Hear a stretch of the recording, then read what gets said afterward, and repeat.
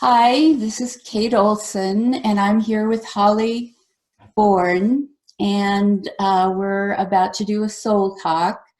And with what's been going on in the world and the US lately, we're going to talk about, I guess, the frustration and I don't know, just sadness everybody has been feeling, and uh, over the everything that's been going on, and what you can do about those feelings when you're just an individual and you don't really have much control over the situation.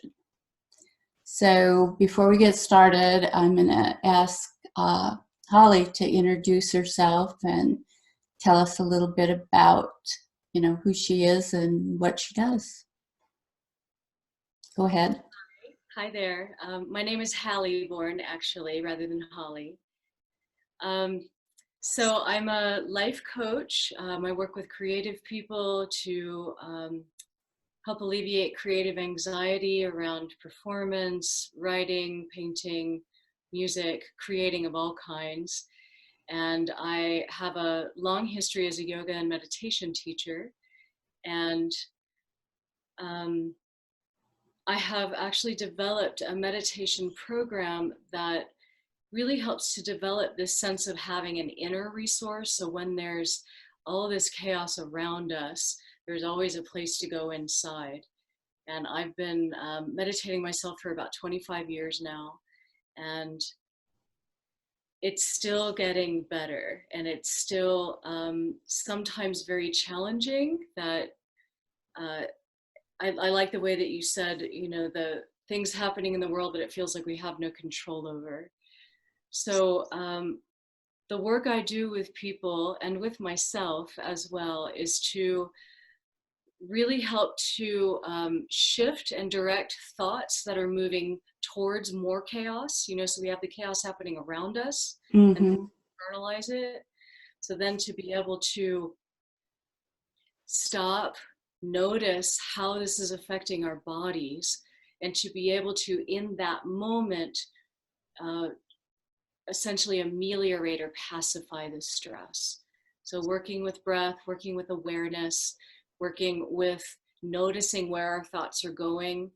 And rather than going into denial, not pushing down the thoughts, but becoming aware of the thoughts and being able to change them.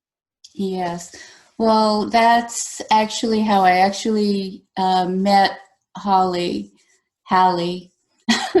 um, she was a guest on my radio show, and the show that she did, we were talking about creativity. But before the show, when we had a chance to talk, I found out about all the other things that she does, and then we've been friends on Facebook for a while, so I see all of her posts.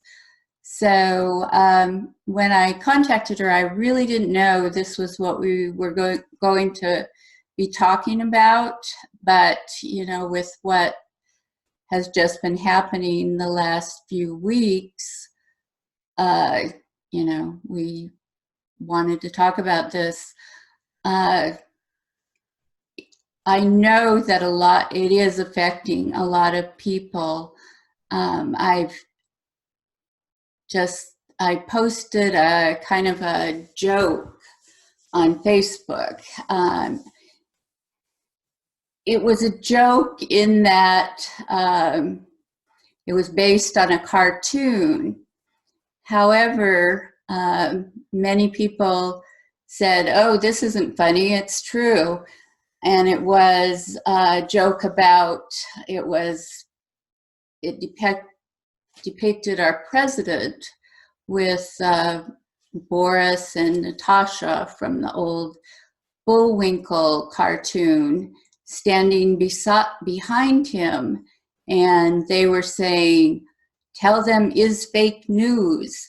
And in those old cartoons, they were kind of funny. In Boris and Natasha were always interacting with this moose and squirrel who they represented one side, which I guess was our side, and Boris and Natasha were the other side. And the idea back when those cartoons were popular, the idea of this, of even there being fake news, would have been absurd. And that is why the cartoon was funny. But from all the comments, I got a kind of barometer about how people were really feeling about what's been going on. Like one person commented to me that this wasn't funny because it was true, and that they are actually afraid that when our current administration's term is up, that they will refuse to leave office whenever that is, and just because there have been so many things happening that we could never imagine happening. People are imagining scenarios that probably aren't going to happen, and feeling a lot of fear over them. Right. So, well, that's a really good point to bring up too, because I don't know if you've seen that statistic, Kate, that we think about 60,000 thoughts in a day, and over 90% of those thoughts are negative. Right? So there's this way that our minds are inclined towards negativity. In fact, in the world of mindfulness, it's called negativity bias, which I think makes a lot of sense. Yes. And so let's see, I want to quote another study that I think is really useful in this, around that same idea about how the negativity bias is kind of automatic.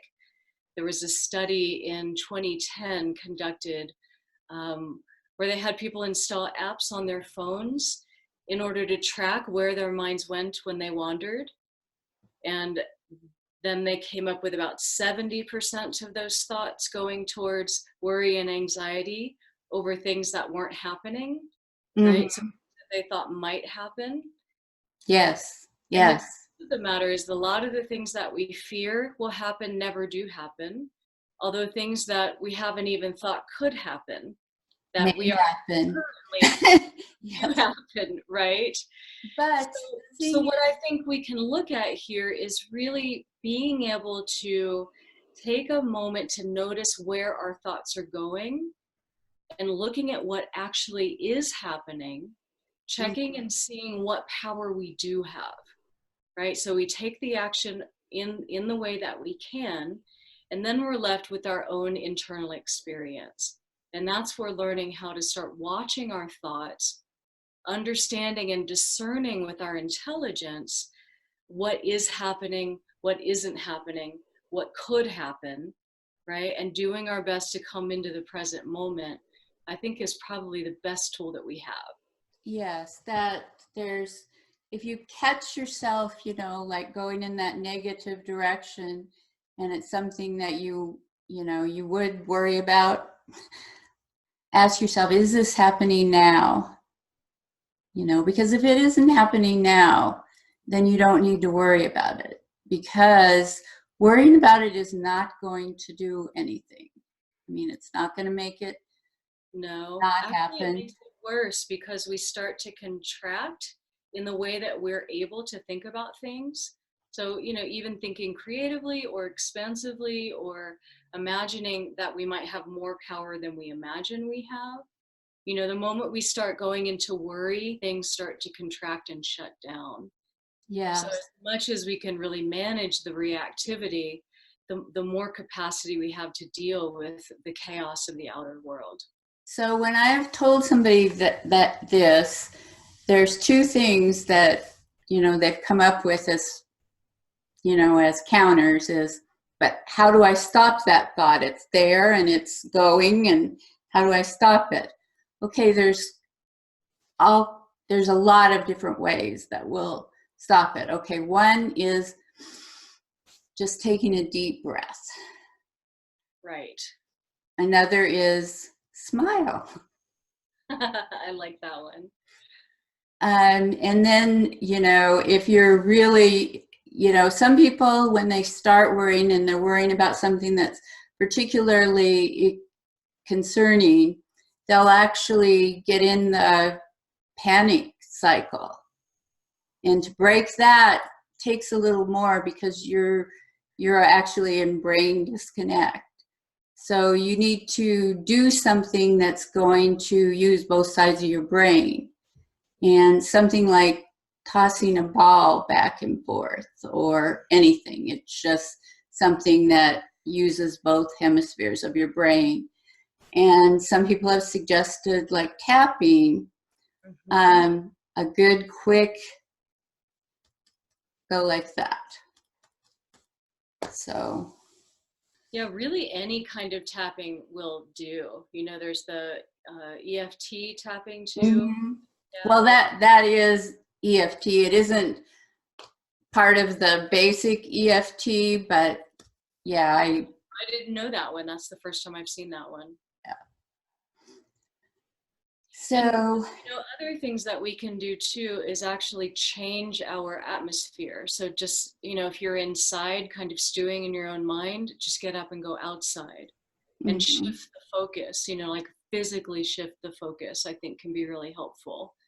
And especially if there's a tree or a bird or you have an animal, to be able to then focus on something that's engaging and relaxing in that way. Yes. And if you're on like Facebook, get off Facebook. Turn that off. Yes. Because I love Facebook. It's beautiful, and you can find all kinds of positivity there, but there's also, so much negativity.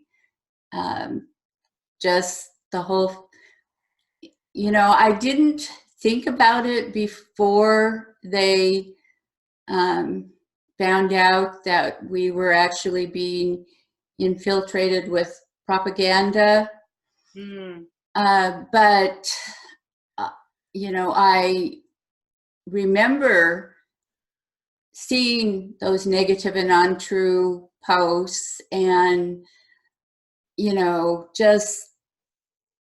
it was just unfathomable to me how, all of these ridiculous thoughts were out there and people were sharing them and passing them on. Now I know, but it's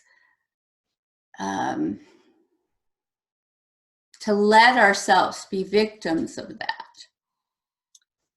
Yes, right. I think that's a really good point. There's a tendency too with this negativity bias to blame things that are outside of us for the way that we feel inside. Mm-hmm. Right. So to be able to, it's like I describe it in my program as a kind of pivoting. So we see the world out there doing its thing, and there's always opportunity to notice all sorts of horrible, corrupt, sociopathic behavior. But what are we trafficking with internally? So to be able to develop this skill of shifting away from the external world to the inner life. So that, even when there's nothing negative on Facebook, when you're just scrolling, you can kind of fall into a black hole. Yeah. Somebody can say, oh, I'm having a bad day. I had a bad hair day. Oh, and my coffee maker broke, and it can spiral into that kind of negativity, and everybody's ready to jump Right, so in. it feeds in, right? It becomes Yes. this feedback loop that's really unpleasant and unproductive. And so Mhm. having enough awareness to realize, oh, look what I'm feeling right now with this influence. I'm going to turn this off and I'm going to manage what's happening inside. Yes. Well, as I said, when I was before I knew anything, when I was seeing all of that stuff, and I knew it was, this is just blatantly untrue. It's ridiculous. Why are people sharing this? Mm-hmm. So now when I see one of those, I just, where you can click and you can say, remove this or snooze this person, Yeah, I just do that. Um, that's get power you have, right? rid of it. Yes. It's a tiny little thing, but it makes a big difference. Yes, in the beginning, and I still, feel like some responsibility. I just don't feel like I have the energy to keep up with it. If it was somebody I knew, I felt like I needed to say, do you know this that you're spreading is not true? I just thought you'd like to know that. But I just don't have the energy to keep up with it. So Yeah, I don't think you're I the just, only person that feels that way. I'm hearing a lot of people saying that, and I certainly feel that way. We can yeah, only do what we can do, and I feel like there's a real imbalance right now in our world. Not even mentioning the chaos, but just all the doing. Most of us have to work so hard just to survive. So the time is eaten up.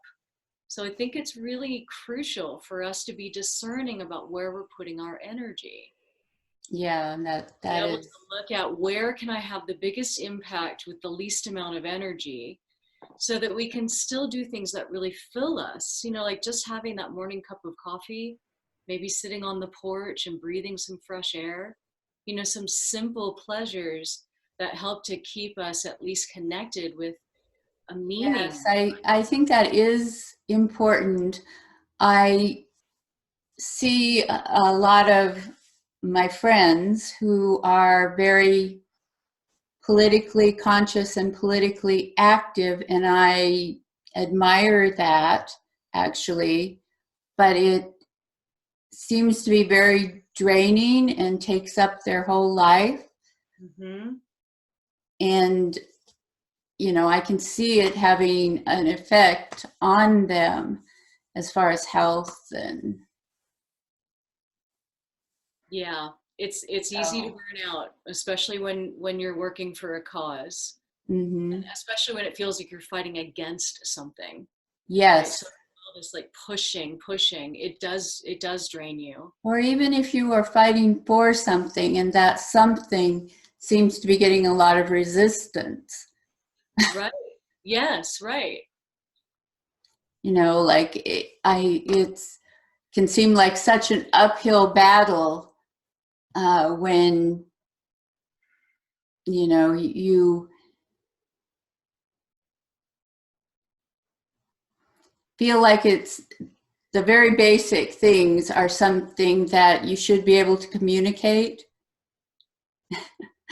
Yes. and you can't. Yes, right.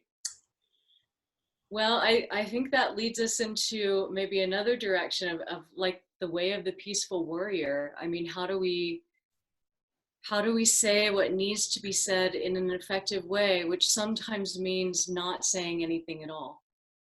Yes, sometimes it does because the way the division in things is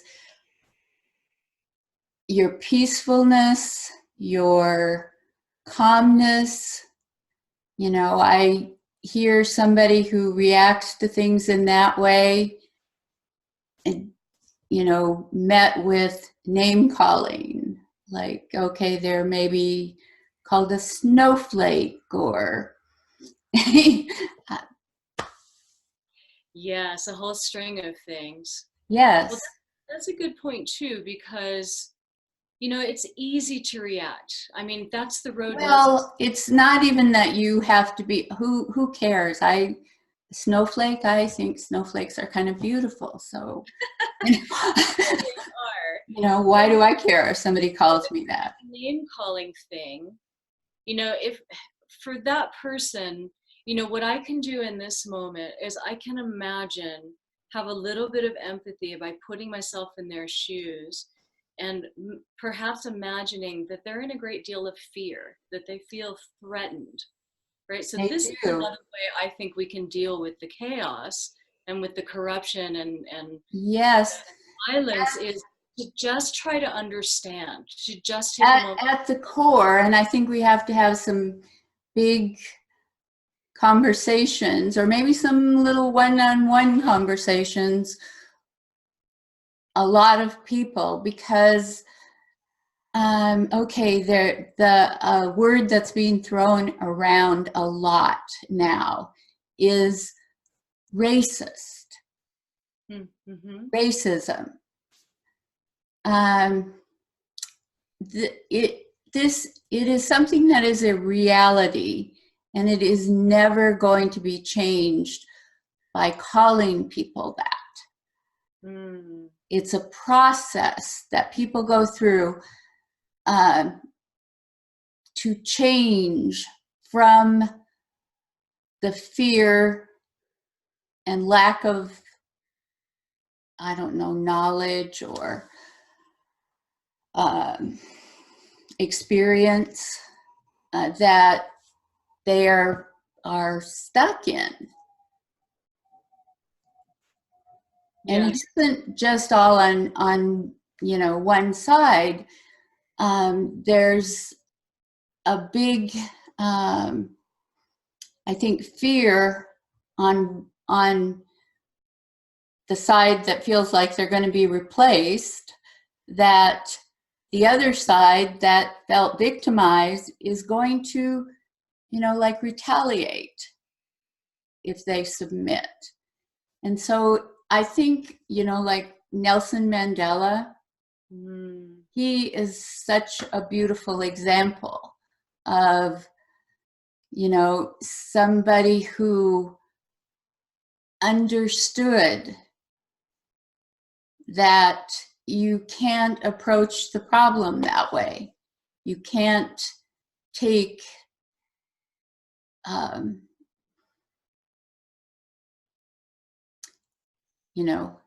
you can't have that mindset of revenge and retaliation. You have to, if somebody becomes a person that is biased against other people, and everybody is to a certain degree, but to the point of, hate and fear, it is based on things they have learned. And the only way those things are going to change is also a learning process. And so it does, like you said, it takes compassion and empathy. And I know this because my parents were raised in North Dakota. They were raised in an environment where most people did not see people of other races, and they had a lot of misconceptions. And I would say that my parents had a lot of ideas that today would be considered racist. They would get that label. My parents were not bad people. They were good people. They were,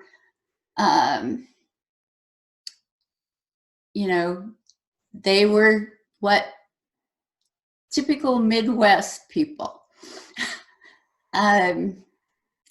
But my dad would say these horrible things You know, he had just learned them. I don't think he even thought about them. My mom, was a little more aware, and when she came out here, she absorbed a little bit more of the, you know, attitudes, and she would say, you know, things that were more acceptable. Okay, I'll give an example. My dad, when my sister and I were growing up, he said, if my sister and I ever dated a black man or someone with long hair, because of course that was horrible too, he would shoot them. Oh my goodness. Yes. Yes, horrible thing to say. Would my dad really do that? No. He worked. His point across. Huh? But he got his point across. Well, that was an attitude he had from, you know, growing up, that, you know, it just naturally came to him. He worked with people of other races. He worked at Boeing. And he didn't, when he met people, he reacted to them as an individual. I observed this as a kid. So my sister's 6 years younger, and so she always wanted to get her big sister in trouble. So when it wasn't even really a date, I just went to an event. It was a guy who had long hair. She could not wait to tell my dad. You know, it was like, I got her. She told him. He said, oh, well, if she likes him, he must be okay. Wow. My mom, on the other hand, you know, she thought it was, you know, really great that I was friends with the black girl at school. We lived in the suburbs, so there was only one black girl. And, but I probably shouldn't bring her over to our house because that might make the neighbors feel uncomfortable. So, you know, it's these attitudes that people have to grow out of.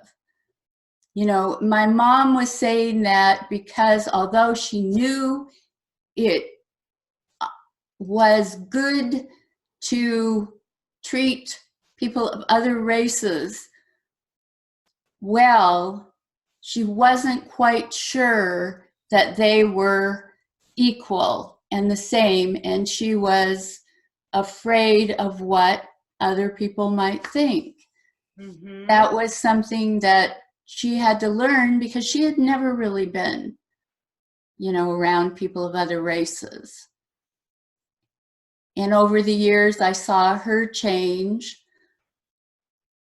And, you know, that's how people change. Yeah, there has to be some level of awareness and a willingness to listen. And so, you know, you made a comment about the being afraid that they're going to be replaced, and then the other side wanting to retaliate. I mean, this is the stuff of every show on television. You know, someone did someone wrong and they need to get revenge, and you know, it's this side pitted against that side. And yes, the thing about life is that it happens on a spectrum. It's never black and white.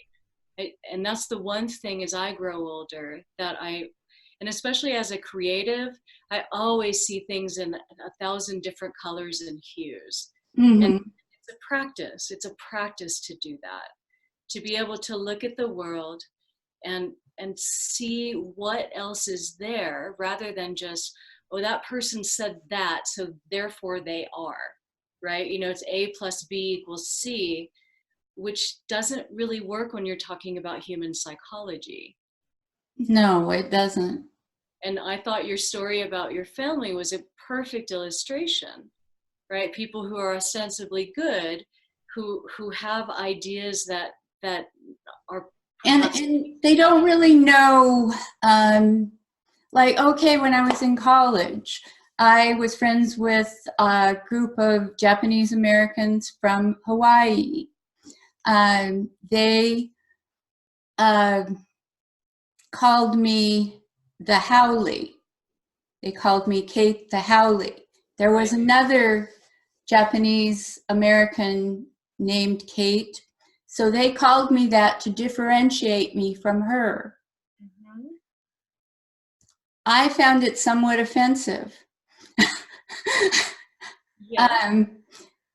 And I brought this up to them. I said, well, you know, what should I call you? And they just looked at me. They were, what do you mean, what should you call us? And I said, well, you call me Kate the Howley. I mean, you know, should I use some term to refer to you guys?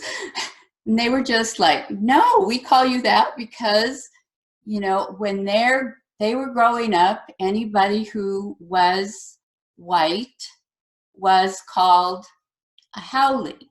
They did not see that as a racial slur. Right. Right. Yeah. Yes. Yes. Did they were they able to hear you, and did that change? Um, they heard me, and I'm not sure how much thought it provoked. I know they were quite confused by my, you know, concern over it because I knew that they meant no malice by it. Hmm.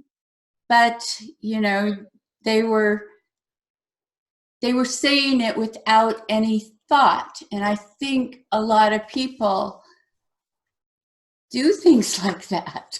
Well, yeah. I have done it. I still do it. You know, it takes a lot of work to be conscious. It's much easier to be And it unconscious. is a process, you know. As I said, I grew up hearing those things. And, you know, my parents moved out to Seattle when I was 1. So the only place, you know, I didn't hear that out in Seattle. I didn't even know that like segregation was going on in other parts of the Hmm. country when I was growing up. I mean, because it wasn't here. So at least not, well, there probably because there just weren't enough people. But you know, I was shocked actually to hear what was going on in other parts of the country. Yeah. And I, like a black family moved in kitty corner behind us when I was growing up. And I remember, you know, the whole neighborhood having that reaction of, oh, the property values are going to go down. And, you know, just being sort of not overtly racist, but just, you know, those people kind of thing. And I got to know them really well because I babysat for them. I babysat for their little 3-year-old girl. And I was actually kind of surprised that my parents let me babysit for them. Hmm. But they did. They didn't have a problem with it. And they were very well educated, which the rest of our neighborhood, for the most part, was not, although they were very, like, there were people that owned businesses and that, but there weren't, most of the neighbors had not gone to college. And so I loved talking to them. They had all these books and, you know, ideas. And they only stayed a couple of years and then they were moving. And I didn't want them to move. And I asked them why they were moving. And they said that the wife was lonely, that she didn't feel like she could really have her friends over, and you know the neighborhood hadn't really included her. And he said when their friends did come over, the neighbors looked at them like they were going to steal their car. And I said, well, you know, if you stay, they'll change. And he said, I know that. I just can't wait long enough.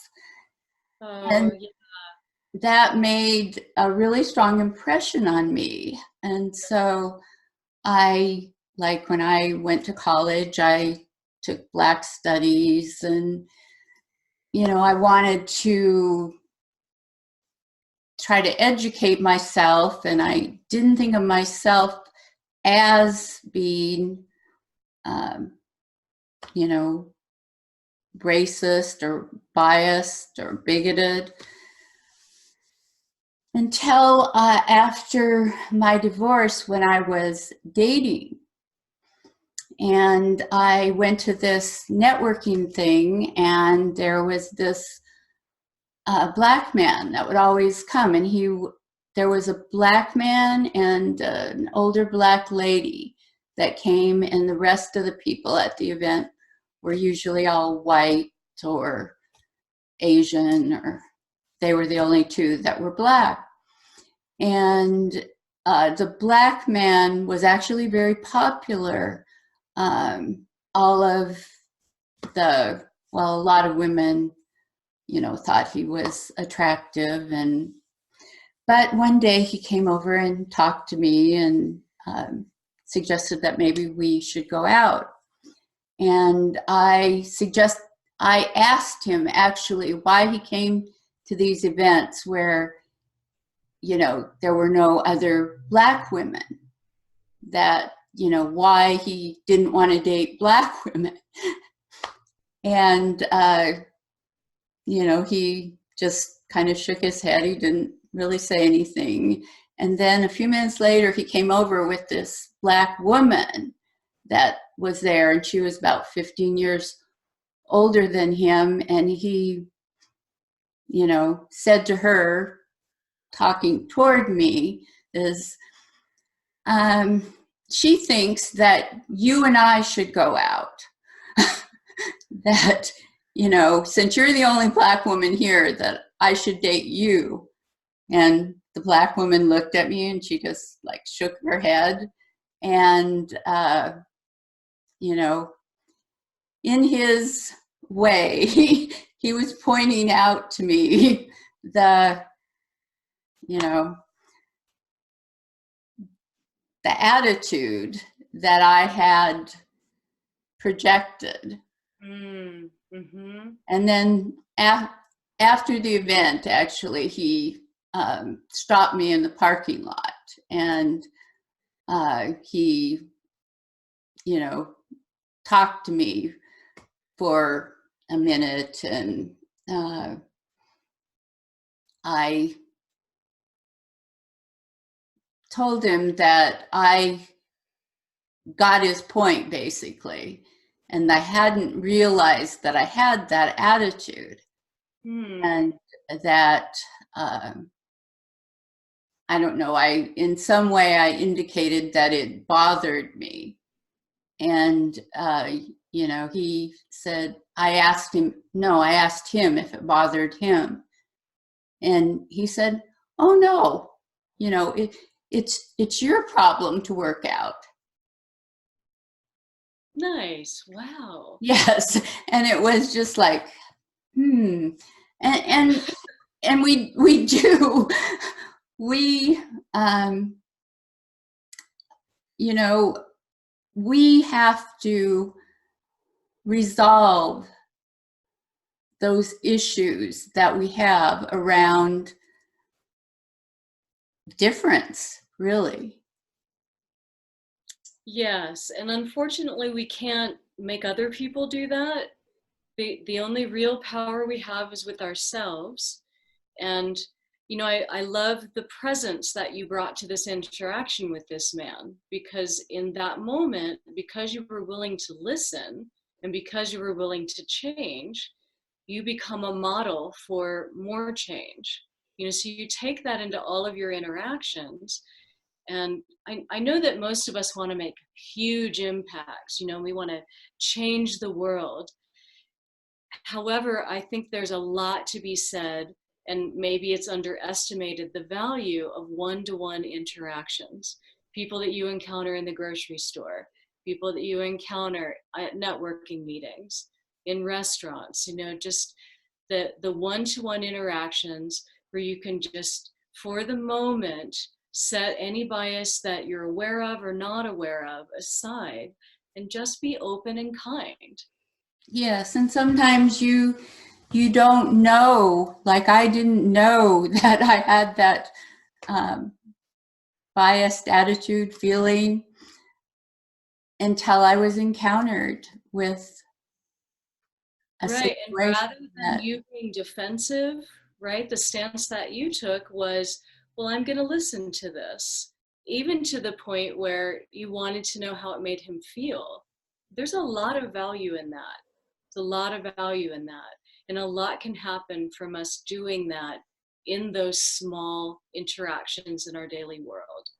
Because it's so easy, we were talking before about worrying about things that are never going to happen.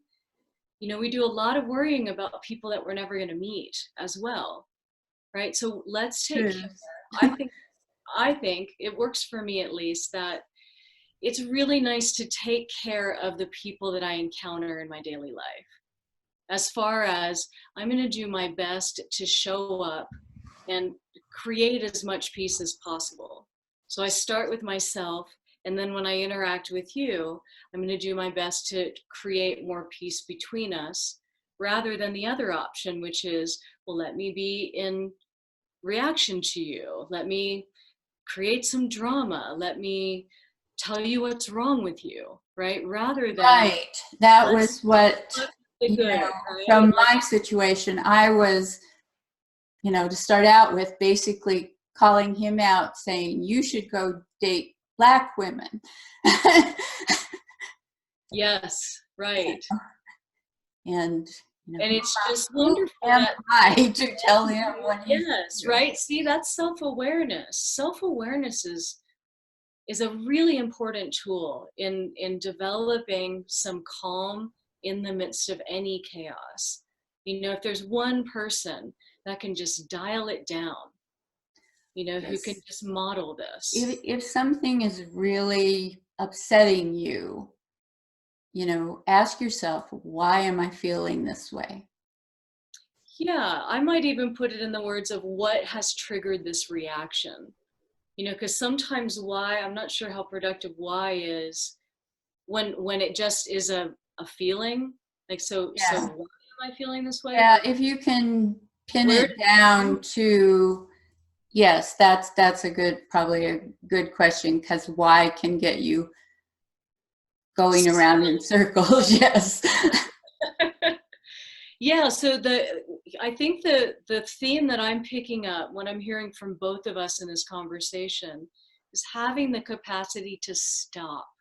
That if we start feeling really freaked out by the chaos or by something that we have no control over, to be able to just stop and to be able to shift the focus in a way that we can calm ourselves down. And cultivating that, if we don't know how to do that yet, find a way. And we have listed quite a few ways. There are lots of ways. Yeah, just being willing to accept accept that what works for you. that phone has us trapped. Put into Google ways to calm down. Ways to relax and calm down. Yes. Yeah, you'll get so many listed that you. And there are people like us, that support people, so people who want to feel differently inside, who don't want to just be, I call it like a fragile piece, that you feel fine as long as everything in your world is fine. But the moment something goes wrong, you freak out and lose it. Mm-hmm.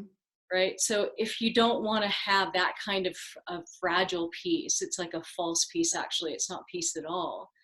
To then decide, well, I'm going to be intentional about the way I interact with the world. So if you want to be at war with the world, you can go through the world that way. Does that feel great? I don't know about that. But Well, if you want to feel peaceful, then you take the responsibility to find a way to do that. yes, you're absolutely right. You do have to choose your role. There are people that choose that role of the warrior and feel it doesn't cause the same, um, it actually helps them not to feel helpless. I can feel better because I'm doing something. Sure. So if you can look at it that way, because, okay, when we're panicking, it is usually when we're imagining something going wrong. When something is actually going wrong, we're usually not worrying because we're acting, we're doing, and, you know, we're in a resourceful state rather than Ideally, yeah. ideally, yes. Yeah. Because, we can take something small and then tell a story about that small thing that makes it huge, right? So, the Yes, whole that phenomenon is of also true. overreacting, right? So to be able to meet the challenges at face value, it's not an easy thing to do because we have all of this history behind us and this collective unconscious that we're always tapping into, where, this question of where did this feeling come from becomes really informative because sometimes it's our mother's voice in our head, or, it's the teacher from grade school that said you suck at writing, or, a whole score of things. Yes. Where did this come from? And Leads us in internal inquiry. with coaching and hypnotherapy, one thing I often find is, okay, that feeling you're having now might be based on some misunderstanding of some circumstance that happened long ago. Right. And because it had some impact at the time, you've carried it along with you for all of these years, and it wasn't true to begin with, or it wasn't valid, maybe didn't apply to you, whatever. Exactly. One thing that I discovered that is an example is something my mother said to me when I was 6 years old. And a friend and I had gotten into a lot of trouble. We had done something we shouldn't have done. And my mother didn't want us to be friends anymore because of that. It was pretty big, and she may have been right, but I didn't see it that way. And she told me that my friend, my she said this to me. She said, she'll steal all your boyfriends. And in my 6-year-old mind, what that said to me was, my mother thinks she's prettier than me. Right. And translated, that said, you aren't pretty enough. Mm-hmm. So I carried that along with me until talking to my mother as an adult, and we talked about that subject. My mother explained to me what she meant. She was not referring to the girl's appearance. She was referring to her character. Oh, wow. Wow. See? Goodness. Yes. So, you can, and the fact that my mother said it is because, and the way I interpret it is why I carried it all those years. Yeah, right. So there's the event, Mhm. so the actual factual event, and then there's the story we start to tell about the event. Yes, and the interpretations we make. Exactly. Because, okay, as a 6-year-old child, I didn't have the capacity to say, well, what do you mean, Mom? No, right? We just absorb it, and sometimes we get it wrong. And Yeah. certainly as adults, sometimes we get it wrong. And this is where, having kind of an attitude of inquiry, of investigation, of curiosity in the world can really go a long way, because you don't really need to make assumptions about people. And if you don't want to create your own suffering, to assume what you think people have said and react to that. Yes. Stop in that moment and ask, what did you mean? You Or can't do that when just, you're a 6 why year did you say that? That our kids actually do have that, that curiosity where they want to know why and what and how come for everything. And as parents, we have the tendency to want to discourage that Mm-hmm. and, think twice about that because, it actually does lead to a better understanding of what's going on in the world and around you if you ask all those questions. You might drive people crazy, but Yes, I have driven some people crazy. yes, I my son was that. Oh yeah. Why? And I had, because my parents said, because I said so, I, was never going to say that. Sure. Yes. but, actually refraining from saying that to a degree, I won't say I never said it, actually did have a positive effect. My son has actually, he was a nanny for 8 years, Hmm. and one of the skills that he learned from me that he used in being a nanny was, you know, talking to your kids about why you're doing what you're doing or why you said what you said. And he learned that, and in using that, it really helped him in dealing with kids. That's wonderful. Well, Kate, I'm going to need to go. Yes, we've gone way over our limit here, and Yeah. I don't think I think we just like scratched the surface of the Mm-hmm. topic. So Is there a place we should sort of land? if there's one last thing that you'd like to say about, like dealing with situations that are, you know, too big to have. Yeah, so I'll reiterate some things I said towards the beginning of our conversation, um, and add some new things that, the world is crazy. So I think it's important not to deny that. We're allowed to feel the way we feel.